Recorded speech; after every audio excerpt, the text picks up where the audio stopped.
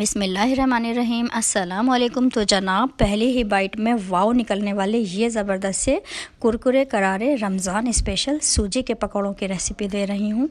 तो इसको मैं मेहमान पकौड़ों का नाम भी इसलिए देती हूँ कि मेहमान अचानक से अगर कोई आ जाता है और आपने ये ज़बरदस्त से कुरकुरे करारे ये सूजी के पकौड़े आपने खिला दिए ना, यकीन करें रेसिपी आपसे पूछ कर जाएंगे और इस आम पकौड़ों से बहुत डिफरेंट होते हैं। रेसिपी देख लेते हैं।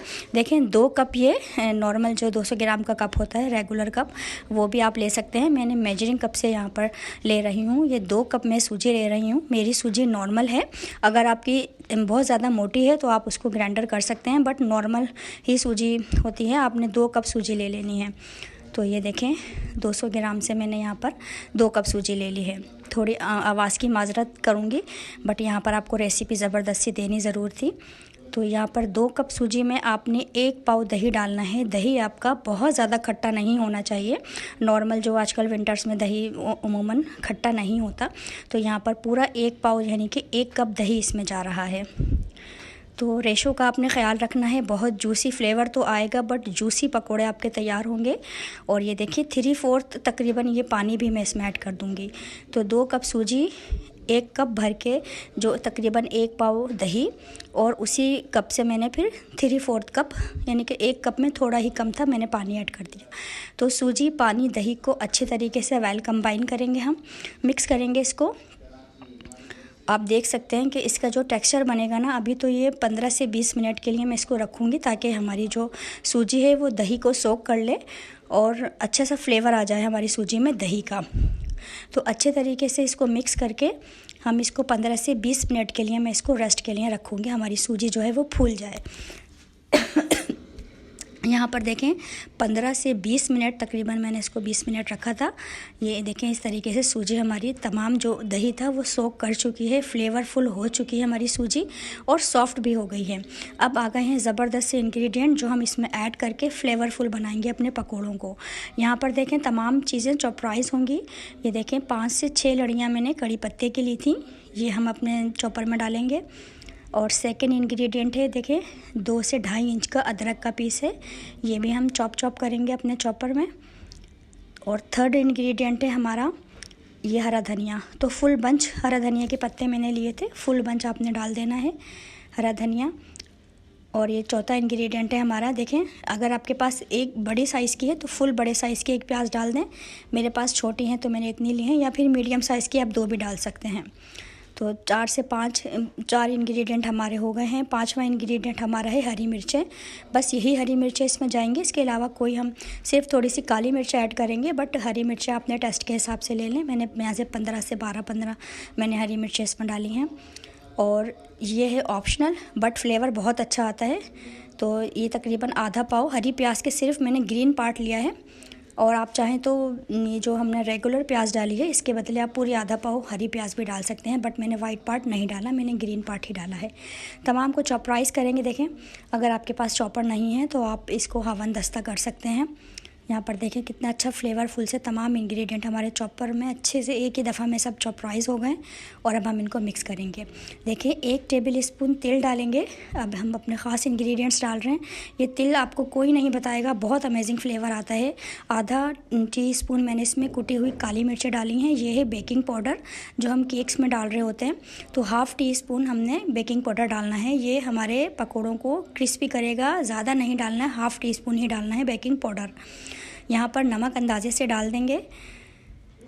तो आप देख सकते हैं काली मिर्चें भी मैंने इसमें ½ टीस्पून डाली हैं, और हरी मिर्चें भी देखिए बिल्कुल 2 या से 3 टेबल स्पून पानी मैंने डाला था। अगर आपको ज़रूरत लगे तो आप डालें, वरना जो हमने 1 पाव दही और 3/4 कप पानी डाला है उतना ही इनफ है। अब इसको एक टेक्सचर में लाने के लिए हम अच्छे तरीके से मिक्स करेंगे, क्योंकि देखिए हमने हरी प्याज डाली है, प्याज जो हमने डाली है वाइट प्याज, उसका भी पानी वगैरह निकलता है, तो ये खुद ही जूसी और सॉफ्ट हो जाते हैं, मतलब बिल्कुल टेक्सचर में आ जाते हैं, हमें पानी की नीड नहीं होगी।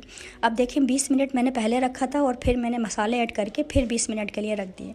यहाँ पर लहसुन, गुड़ और इमली की चटनी तैयार कर लेते हैं। ½ कप मैंने इमली का पल्प डाला है। और ये देखें ज़ीरा डालूँगी इसमें, आधा टेबल स्पून के करीब ज़ीरा है।